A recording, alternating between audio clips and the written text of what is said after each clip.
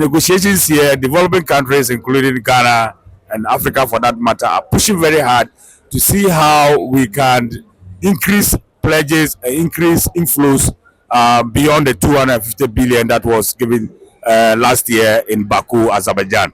So that's one strong area. Of course, the developed countries are equally reluctant to do so for maybe some obvious reasons. But for us, what is important is for us to establish our case.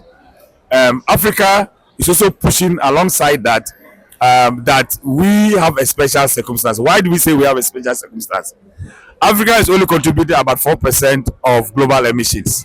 And if we are contributing as a continent about only 4%, why must we bear the brunt of the problem?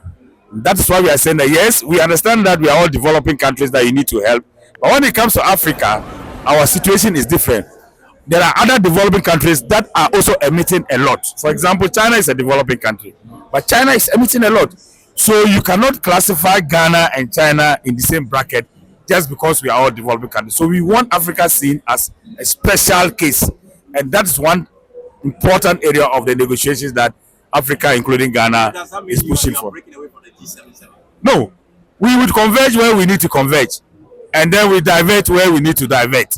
So we are united in diversity. So where we need to unite and speak as one voice, Ghana and Africa will join G77 and China. But where we need to make our own case as a special one, then we do that, because it is very true that Ghana cannot compete with countries like China, Mexico, Brazil, Russia.